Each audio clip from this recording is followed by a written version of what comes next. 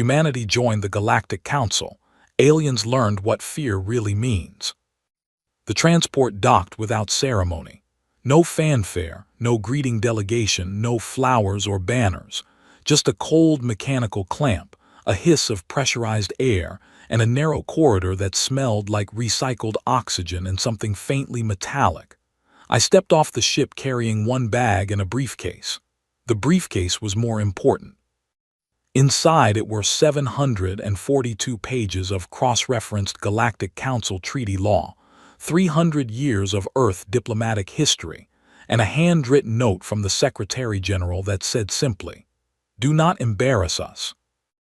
I had served 2 combat tours on the Martian border conflict, negotiated 3 labor disputes in the orbital belt stations, and once talked a man with a plasma cutter off a reactor platform in 40 minutes.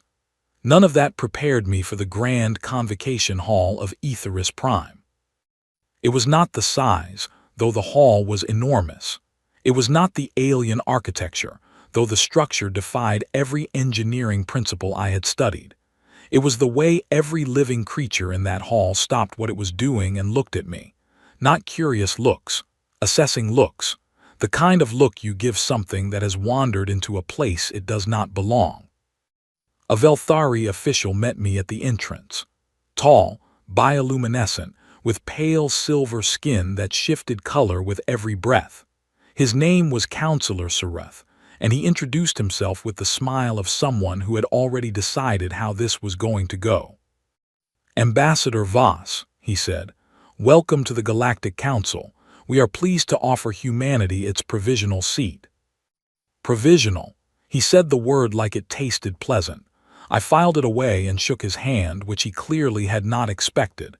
His skin flickered briefly from silver to a dull amber. I pretended not to notice. The chamber held 47 delegations. Each species sat in a raised arc, their sections color-coded by their council rank. Humanity's assigned position was at the far end of the lower tier. I later learned that the lower tier was traditionally reserved for newly admitted species and for species under formal review.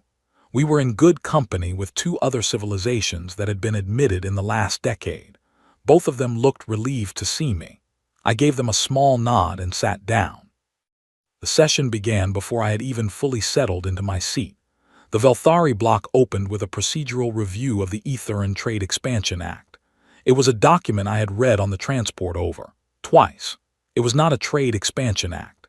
It was a redistribution framework dressed in diplomatic language, designed to quietly shift mineral rights from 4 smaller species to the 2 largest Velthari-aligned economies. The language was precise. The intent was buried 6 clauses deep. Most human lawyers would have missed it on a first read. I found it on the second. I said nothing, not yet. The session ran for 4 hours. In that time, 6 other motions passed. I tracked every vote, every abstention, every side glance exchanged between delegations.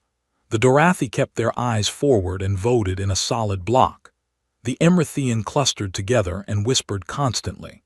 The small species in the lower tier voted carefully, always 1 beat behind the majority, as if they were waiting to see which way the water flowed before stepping in. At the close of the session, I was approached by 3 different delegation aides, all of whom wanted to schedule informal meetings. I agreed to all 3 and noted that each invitation had come within minutes of the others. Someone was coordinating the approach.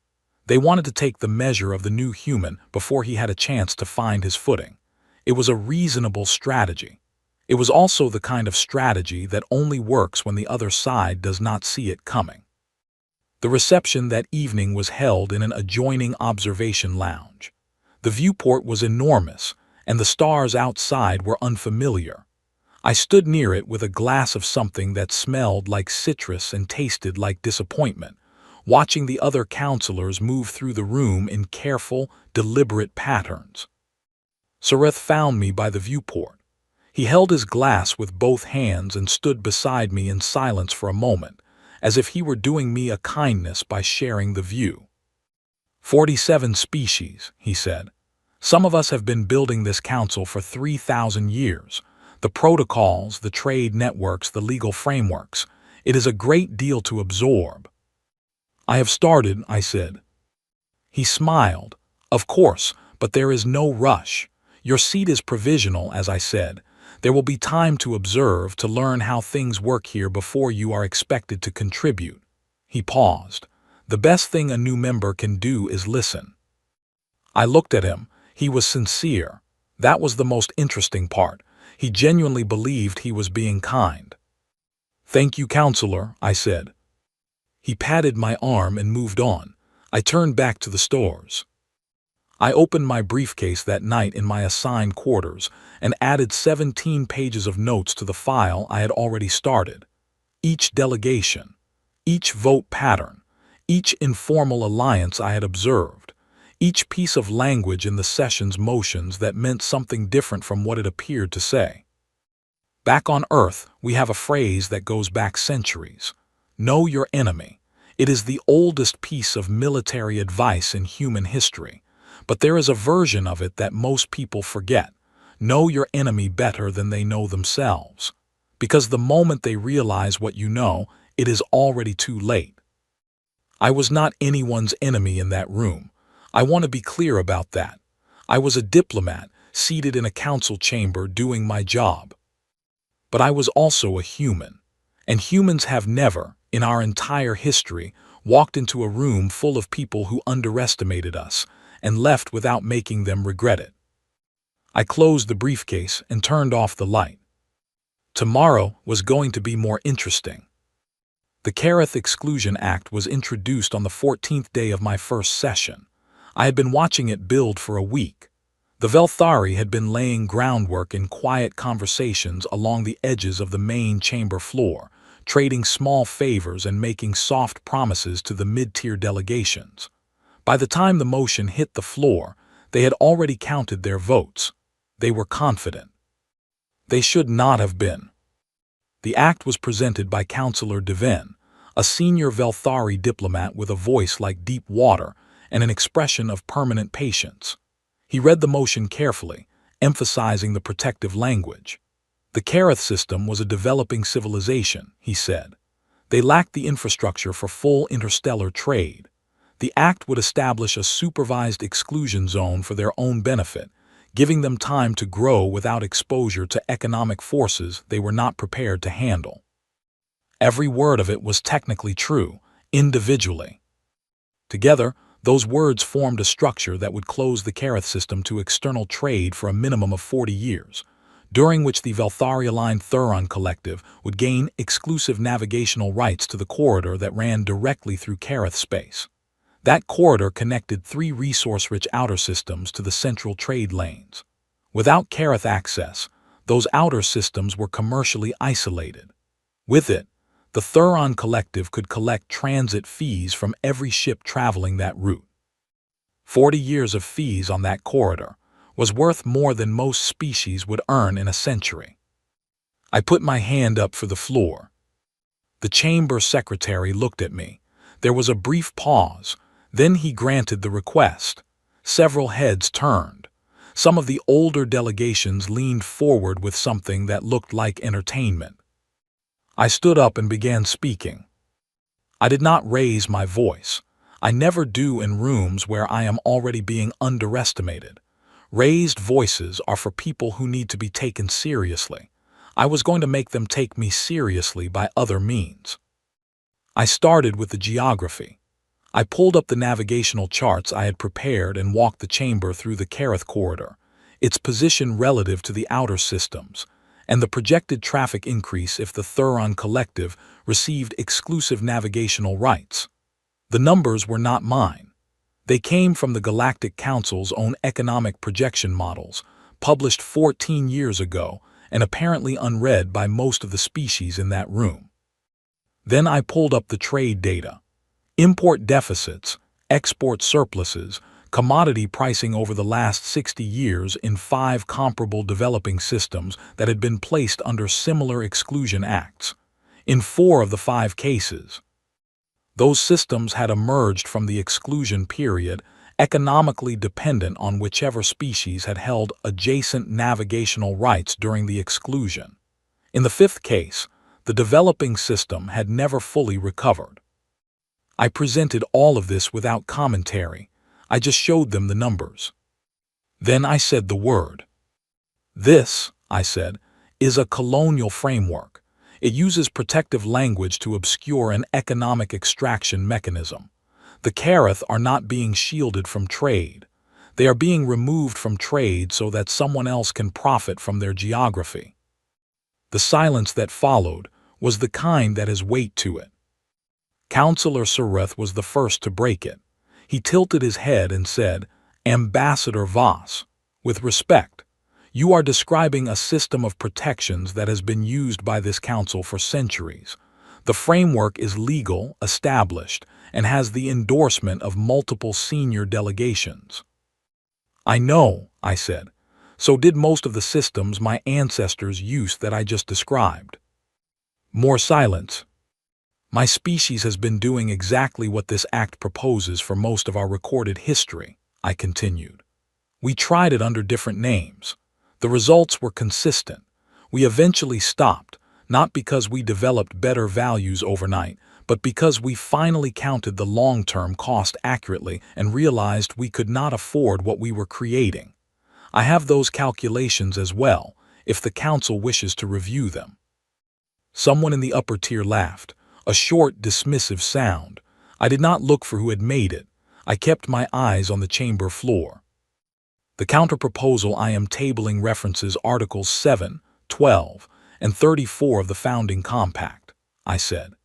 "It establishes a voluntary trade development program for the Karath system with protected pricing for a period of 20 years, no exclusive navigational grants, and a review clause at the 10-year mark. It achieves the stated goal of the Karath Exclusion Act, protecting a developing civilization without the economic capture mechanism." I set the document on the floor terminal and returned to my seat. Councillor Devine requested an immediate recess. It was granted. The Velthari block moved to a private room. I sat in my seat and reviewed my notes. A young aide from the Emrathian delegation leaned over and whispered that they had the numbers and the vote would go against me. "I know," I said. "What is your name?" She blinked. "Petra." "How long have you been here, Petra?" 3 years. "Have you ever seen a new delegation table a counterproposal in its first session?" She thought about it. "No." "Good," I said. "Neither have they." The recess ended. Councillor Devine returned and moved to dismiss the counterproposal on procedural grounds. I objected, citing the specific clause that permitted floor motions from any seated delegation regardless of provisional status. I had memorized that clause on the transport over. The objection stood. The vote on the Karath Exclusion Act failed, 31 against, 16 in favor. It was not a complete victory. The act could be reintroduced. The Velthari would find other ways. But 31 votes against meant that 15 delegations that had previously been aligned with the Velthari had shifted, at least on this motion. Walking out, Sareth fell into step beside me. He did not smile this time. He walked in silence for several paces before he spoke. "You have been here 2 weeks, he said. 14 days, I said. "You came prepared." "We usually do," I said. He stopped walking. I kept going. Behind me, I heard him say quietly, as if speaking more to himself than to me, "Who are these people?" I did not turn around, but I allowed myself a small smile that nobody saw. Back in my quarters, I filed a full report to the Secretary General. I included the vote breakdown, the procedural transcripts, and my analysis of the Velthari block's response pattern. At the end, I wrote a single line: "They are starting to pay attention. We should be ready for that." Then I opened a new document and started building the file I was going to need for whatever came next. The news that the Velthari High Circle had commissioned a full historical analysis of humanity reached me through an unlikely source. His name was Owen, a junior aide from the Velthari administrative staff, 23 years old and nervous in the way that only young people in very large institutions can be. He had been assigned to coordinate my calendar. He showed up at my door one morning looking like he had not slept. "Ambassador," he said, "I should not be telling you this." "Then perhaps you should not," I said, and handed him a cup of coffee. He had tried it once in the common room and apparently developed an immediate dependency, which is honestly one of the most human things I have ever seen happen to a non-human. He took the cup and sat down. "The High Circle requested a priority-level archive pull 3 days ago," he said. "On Earth, full historical record, everything the Council archives hold." I set my own cup down. Everything. Everything accessible. 3,000 years of recorded history, military campaigns, political collapses, economic records, sociological data. They used the emergency research authorization to bypass the standard 60-day review period. "Why are you telling me this?" Owen looked at his coffee. "Because yesterday, the senior archivist who processed the request filed a personal distress report with the Council Medical Office." He paused. "She said the material was disturbing." I sat with that for a moment. The archivist was a Velthari, a species that had been navigating interstellar politics for 3,000 years, a species that had seen wars, collapses, famines, and the rise and fall of civilizations. She had found our history disturbing enough to file a formal report. "How long did the review take?" I asked. "She stopped after 800 years, Owen said. That told me everything I needed to know. I thanked him, sent him back to his duties, and spent the rest of the morning thinking about what the Velthari were looking at. I know our history. I know it the way all humans know it, not always comfortably, not always proudly, but thoroughly. We teach it in schools beginning at a young age because someone, centuries ago, decided that the only way to prevent repetition was to make sure no one could claim ignorance.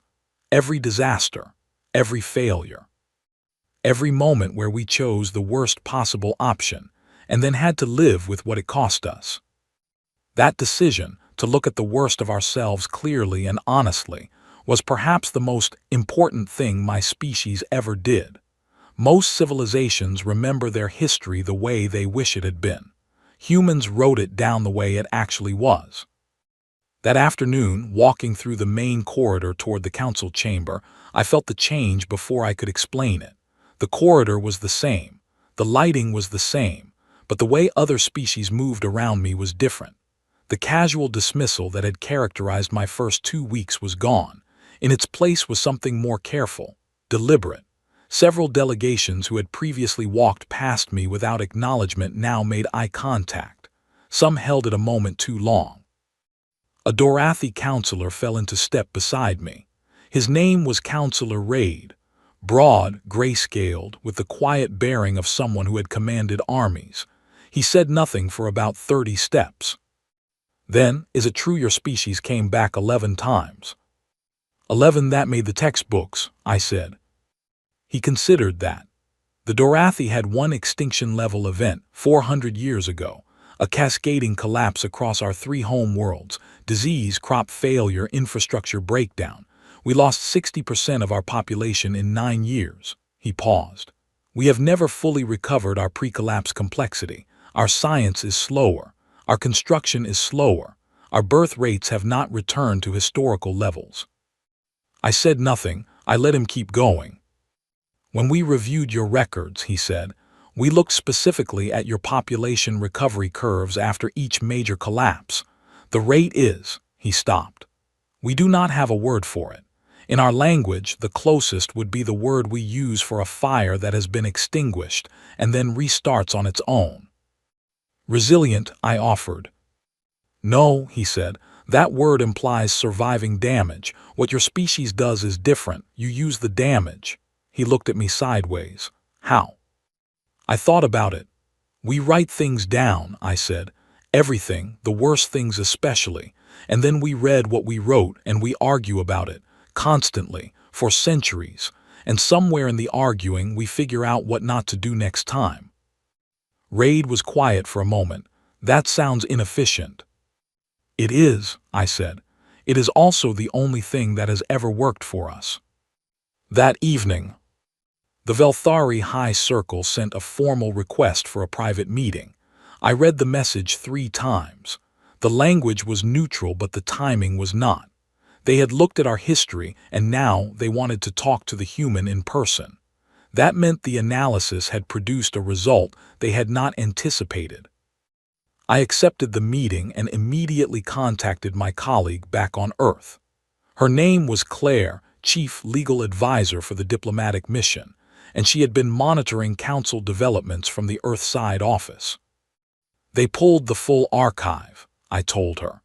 I need you to build me a complete briefing on every case in human history where a dominant power underestimated a new entrant to a political system and regretted it. How many do you want? All of them, I said. She sent me 47 cases by morning. I read them all before breakfast. The meeting with the High Circle took place in a private chamber off the main hall. 4 senior Velthari counselors, including Sareth. I brought my own recorder and a legal witness from the Emrithian delegation, a detail I had arranged the previous day. Petra had been surprised by the request, but agreed without hesitation. The Velthari noticed the recorder and the witness.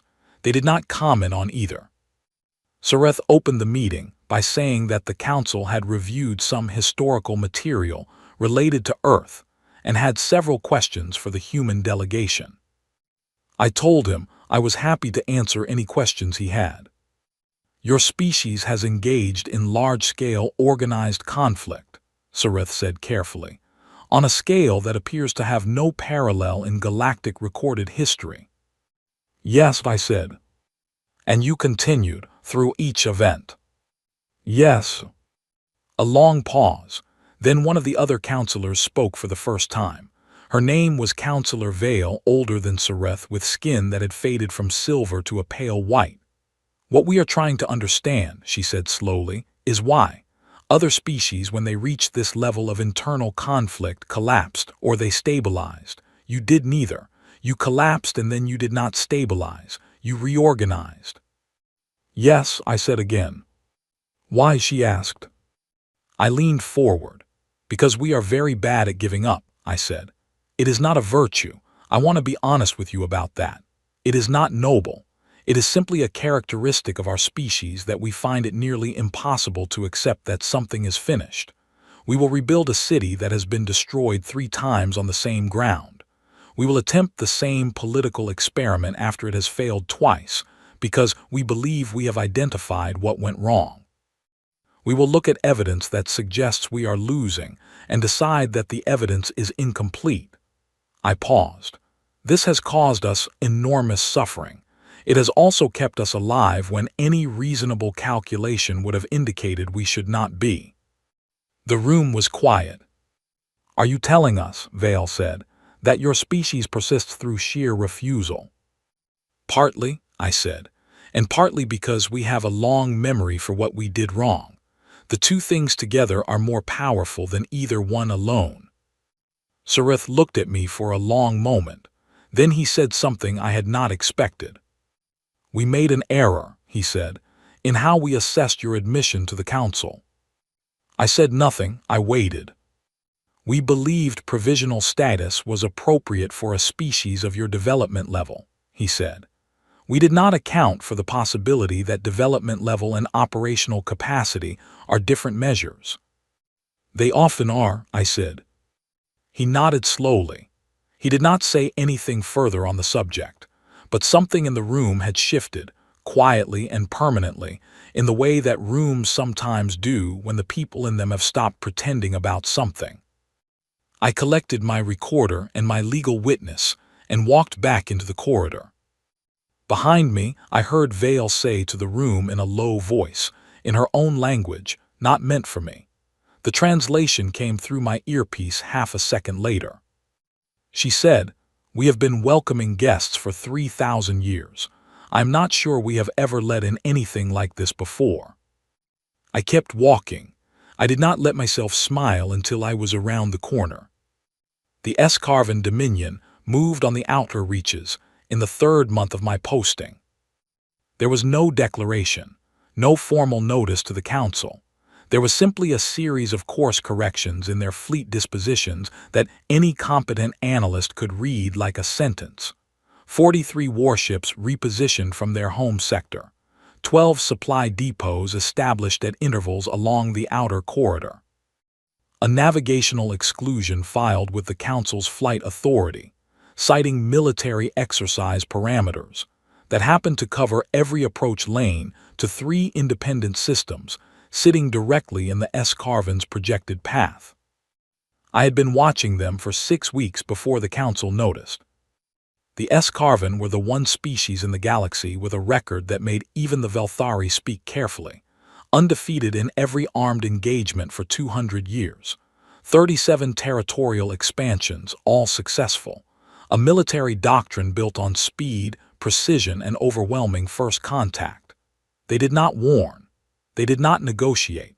They moved, and then they offered terms to whoever remained standing after they had finished moving. The Council convened an emergency session 4 days after the fleet repositioning became impossible to ignore. I sat in my seat and listened to 46 delegations debate whether what was happening technically constituted an act of aggression under Article 22, whether the flight exclusion filing was a provocative act, whether a formal inquiry should be submitted to the S-Carven government, and whether that inquiry should be delivered through diplomatic channels or the standard administrative office. I counted the hours.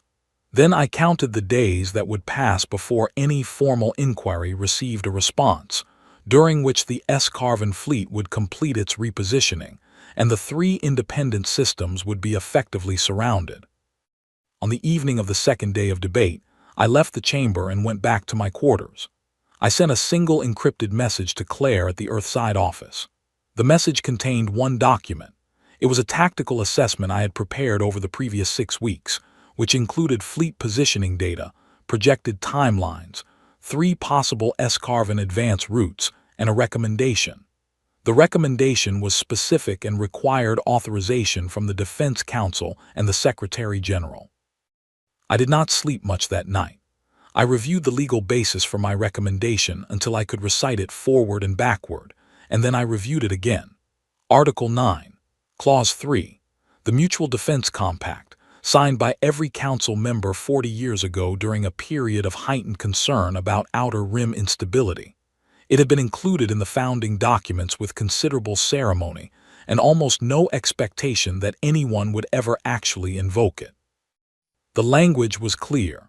Any member species could invoke the compact on behalf of non-member systems threatened by military action from a third party, provided the invoking species had the material capacity to respond, and the response was proportional to the threat. I had checked the legal definition of proportional 16 times. I was confident I understood its boundaries. 12 days after I sent the message, the Earth Defense Council authorized the response.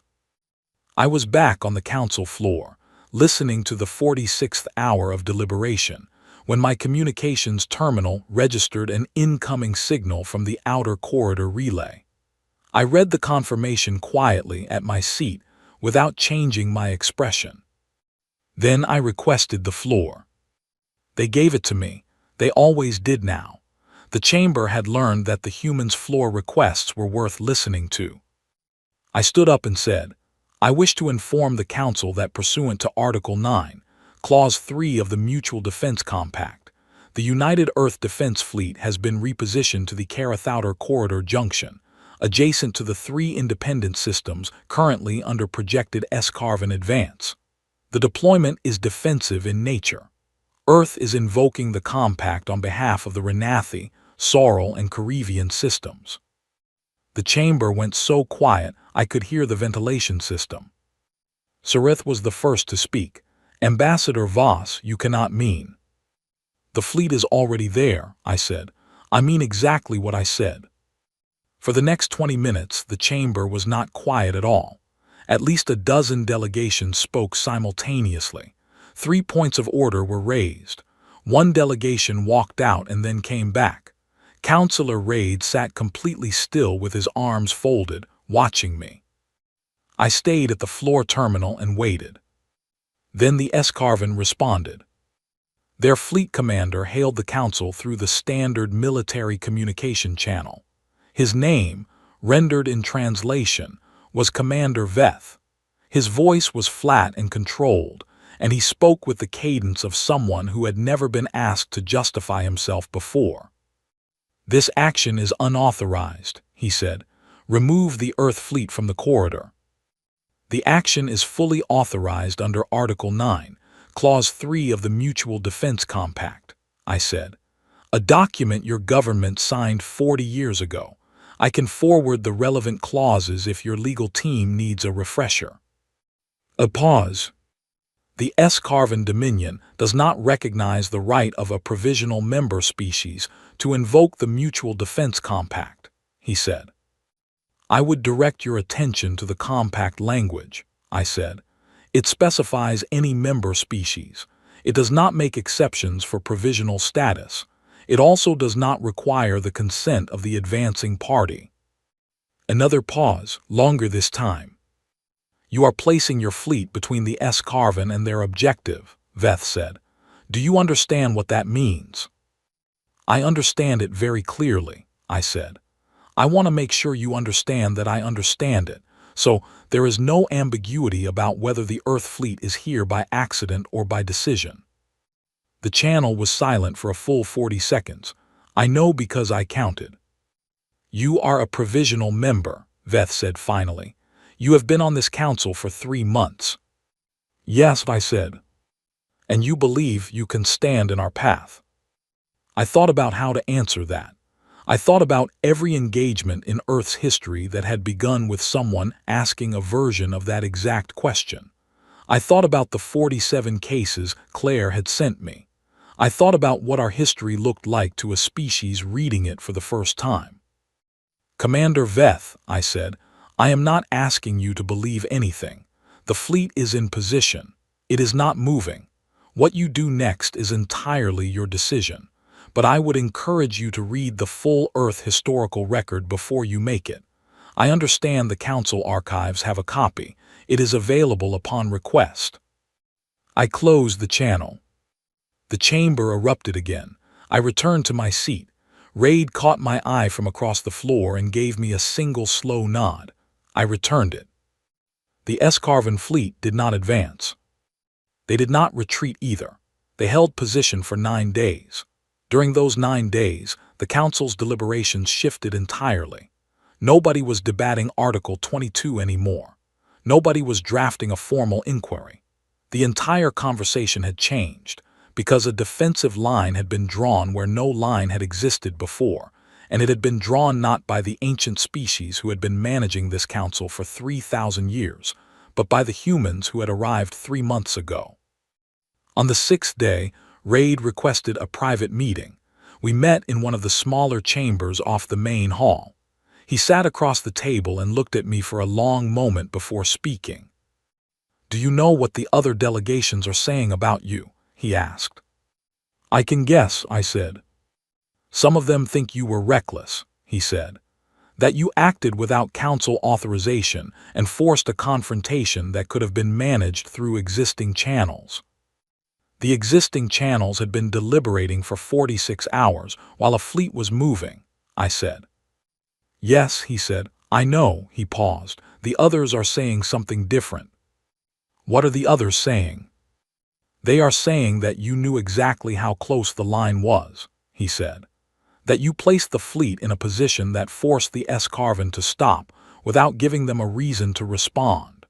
They are saying that only a species with significant experience in high-stakes confrontation could have judged that distance with that precision." "The margin was narrower than I would have liked," I admitted. Reid almost smiled. "How narrow?" "I ran the probability calculations 40 times, I said. "I was comfortable with the result. I would not say I was relaxed about it." "What was your confidence level?" 73%, I said. He looked at me. You committed a fleet on a 73% confidence calculation. The alternative was letting the S-Carven complete their advance while the council debated definitions, I said. In my professional assessment, that outcome was guaranteed. 73% looked good by comparison. Raid sat back. You humans have a fascinating relationship with risk. We have a long relationship with it, I said. That is not quite the same thing. He was quiet for a moment. Then he said, the S-Carven have not moved in 6 days. In 200 years, no one has made the S-Carven pause. They paused because the calculation changed, I said. Not because of us specifically. Because we introduced a variable they had not planned for, and their doctrine does not have a response to variables. It is a very efficient doctrine for predictable situations. We are not a predictable situation. Raid studied me. No, he said quietly, you are not. He stood to leave, then stopped at the door. When this session ends, he said, I intend to table a motion to review Earth's provisional status. I looked at him. In favor of removal or conversion. Conversion, he said. Full membership, I will need co-sponsors. I wanted you to know in advance. He left before I could respond. I sat alone in the chamber for a while after that.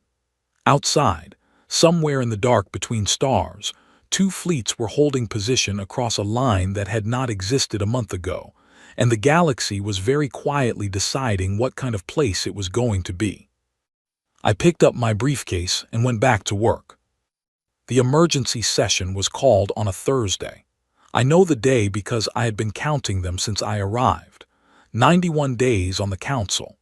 I had packed more incident into those 91 days than most provisional members generated in their first decade, and now the full chamber had been convened to decide what to do about it.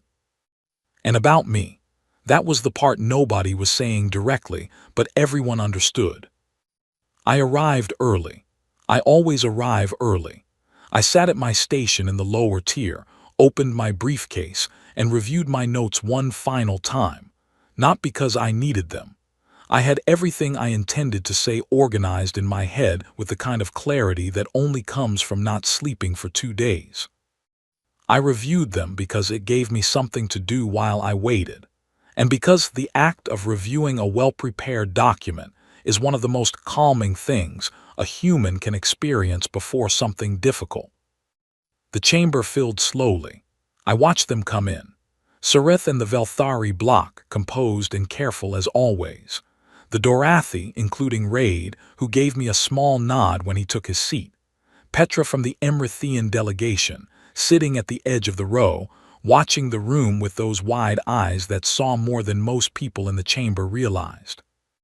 The mid-tier species who had been gradually finding their confidence over the past months, some of whom had told me privately that the defeated Kareth Exclusion Act had been the first time they had ever seen a major motion blocked by a counter-proposal from a new member.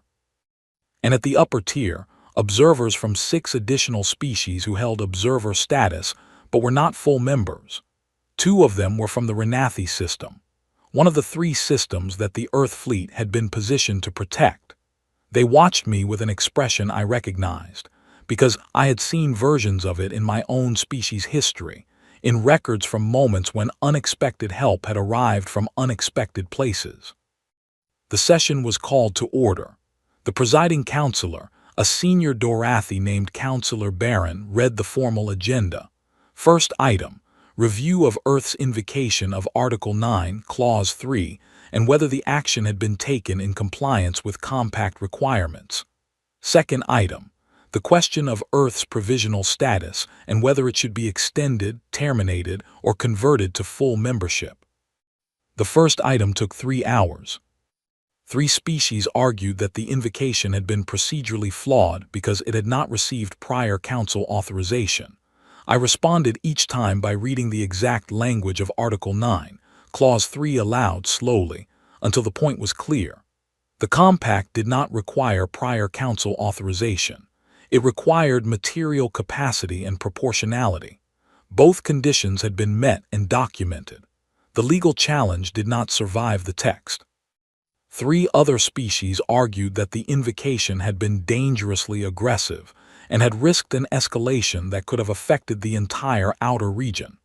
I acknowledged this concern and did not dismiss it. The risk had been real. I had calculated it at 27% probability of escalation when I made the decision. I presented that calculation openly, including the methodology and the variables. I also presented the counter-calculation, the probability that the 3 independent systems would have faced hostile encirclement if no action had been taken. That probability had been 94%. I chose the lower risk, I said. I understand that reasonable people can disagree about whether that choice was mine to make. I will address that directly when we reach the second agenda item. Barron moved to close the first item. The chamber voted to accept the invocation as legally compliant, 38-9. The 9 opposing votes were all from species in the Velthari political bloc. Then Barron opened the second item. This was the one that mattered. This was the one I had been preparing for since the day I arrived. 4 delegations requested the floor to speak on the question of Earth status. 2 wanted provisional status extended indefinitely, citing the need for oversight of a species whose behavior was, in their words, unpredictable. 1 wanted provisional status terminated, which was the polite way of asking for Earth to be removed from the Council entirely.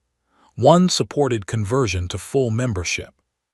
I listened to all 4, I took notes, I waited. Then I requested the floor for the final time. I stood at the terminal and looked out at 47 delegations that had spent 3 months figuring out what to make of me. I thought about what I wanted to say. I had drafted 6 versions of this speech. I had thrown all 6 away. In the end, I had decided to say what was true, in the simplest language I could find, and trust the room to hear it. I am not going to defend humanity's actions during my time here, I said. You have either seen value in them or you have not. An additional argument is unlikely to change your assessment at this point. A few heads tilted. That was not the opening they expected. What I am going to do, I said, is tell you what we are, not what we hope to be, not what our best history suggests we could become, what we actually are right now based on evidence. I paused. We are a species that spent 10,000 years in conflict with itself, I said. We tried every version of it. We tried large-scale organized campaigns. We tried economic systems designed to benefit a small number of people at enormous cost to everyone else. We tried division along lines of geography, appearance, language, and belief. We tried the slow, persistent human capacity to decide that the people on the other side of a line were worth less than the people on our side of it. The chamber was very still. We did not stop trying, I said. I want to be honest about that. We have not solved this. We have not fixed the part of ourselves that generates these problems. If you are expecting me to tell you that humanity overcame its nature and emerged into this galaxy as a perfected version of what we once were, I would be lying to you, and I do not lie in this chamber. I looked across the room. Sarith was watching me with an expression I had not seen from him before, not the patient smile, not the careful diplomatic composure, something more open than either of those. What we did, I said, was build systems specifically designed to contain what we are. Courts to replace personal revenge, treaties to replace expansion by force, economic frameworks to reduce the incentive for taking what someone else has, review boards and oversight mechanisms and independent legal structures, and 1,000 other imperfect, frequently failing, constantly argued over institutions that exist for one reason, because we do not trust ourselves. I let that sit for a moment. The Velthari have been building this council for 3,000 years, I said. It is an extraordinary achievement. The legal architecture alone represents a masterwork of interspecies cooperation. I mean that without any qualification. I looked at Sarith. He did not look away. But I have noticed in my 91 days here that this council does not have a mechanism for preventing its strongest members from using procedural tools to economically disadvantage its weakest members. It does not have an enforcement structure for the Mutual Defense Compact, because no one believed any member would ever have the capacity and the willingness to actually invoke it. And it does not have a formal check on the kind of slow, accumulated political pressure that turns advisory structures into instruments of the largest delegations. I was not making accusations. I want to be clear about that, and I was clear about it in the chamber. I was making observations. The distinction mattered. We have all of those mechanisms on Earth, I said. They do not work perfectly. They break regularly. We argue about them constantly. But we built them because we designed them specifically for a species that we knew, from long experience, would attempt to work around any rule that stood between it and an advantage. We designed our systems for the worst version of ourselves, and then made the best version of ourselves maintain them. I leaned forward slightly. That is what you are looking at when you look at humanity, I said. Not a species that stumbled into space. Not a civilization that got lucky. You are looking at a species that looked directly at the worst things it was capable of, wrote all of it down so no one could later claim ignorance, and then spent centuries constructing structures specifically engineered to prevent repetition. I paused. We are still not sure it is enough, I said. That uncertainty is not false modesty. It is the most honest thing I can tell you about us. We do not know if what we have built is sufficient to contain what we are. We know it has worked so far. We know that is not a guarantee. We keep building anyway because the alternative is to stop trying, and we are very bad at that. The chamber was completely silent.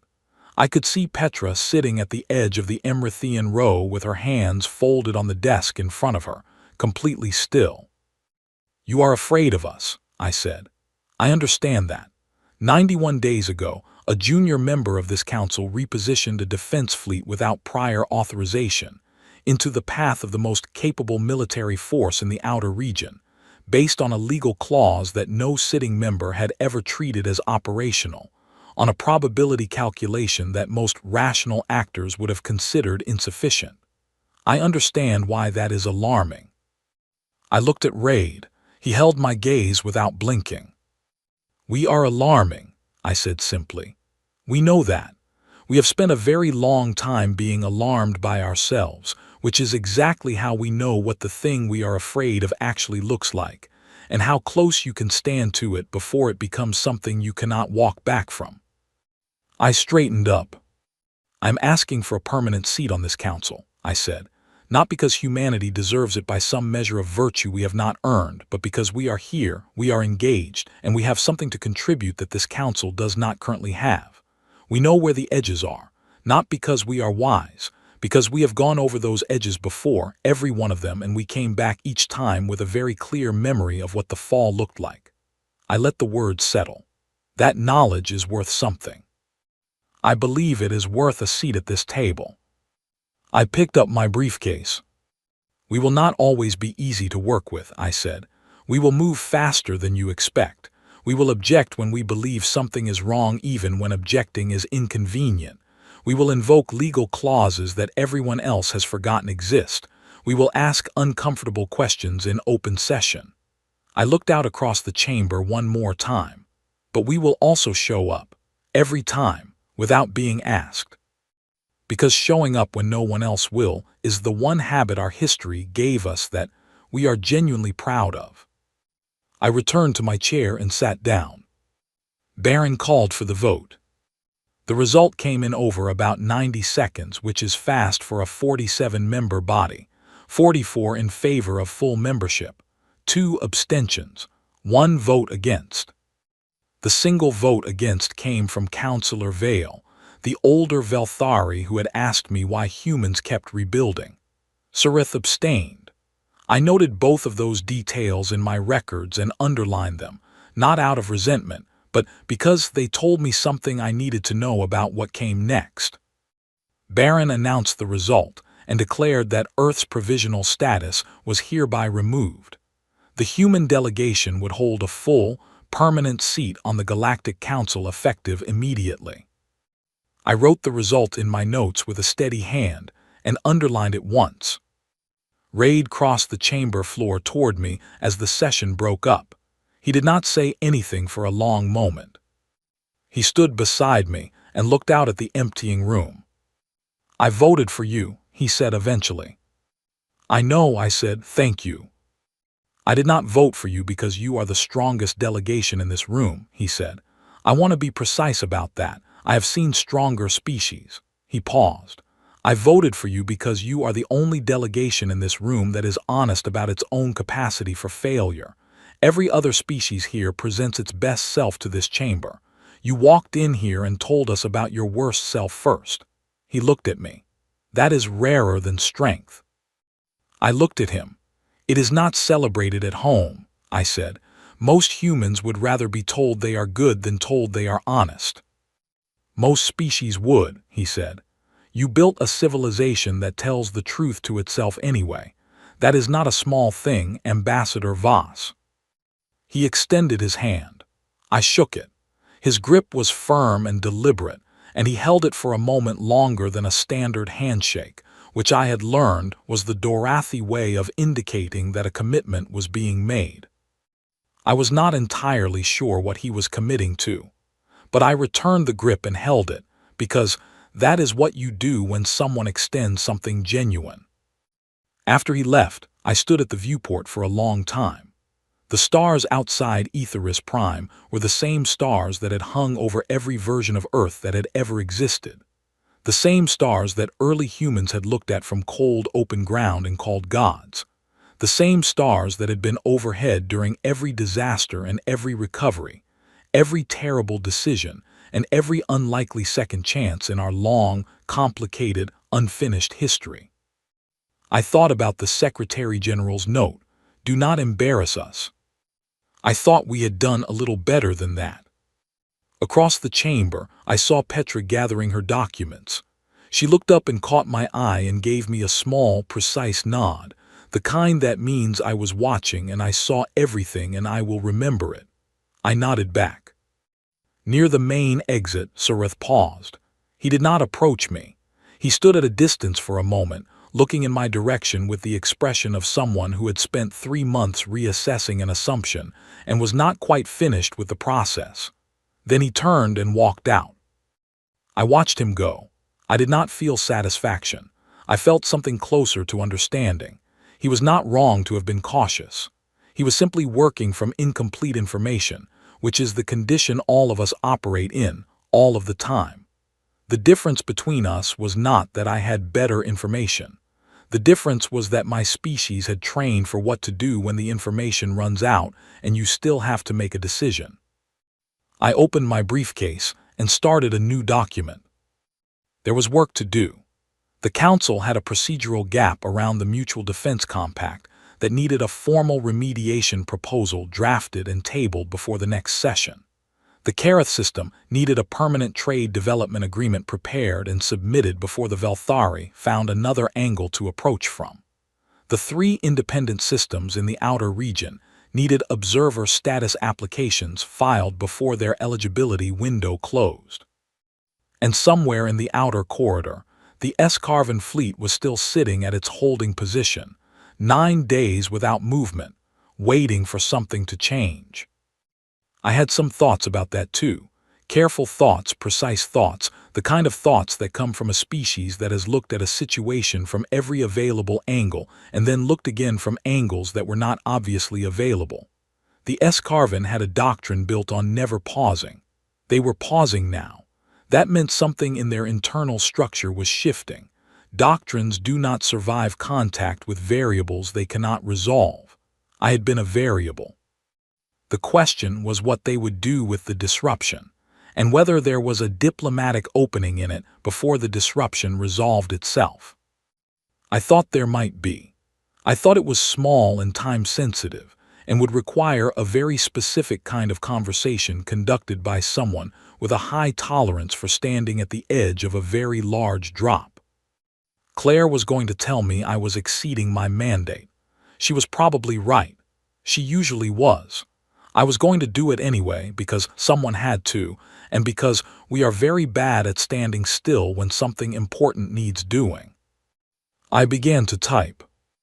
Outside the viewport, the stars held their positions with the patience of things that have existed for billions of years and have seen stranger things than one small, stubborn species, finding its way to a table where it had no right to sit and refusing to leave. We were here. We had always been headed here. From the first moment, one of our ancestors looked up at those lights and decided, against all available evidence, that they were worth reaching for. The galaxy was going to have to get used to us. To be honest, I was not sure it ever fully would.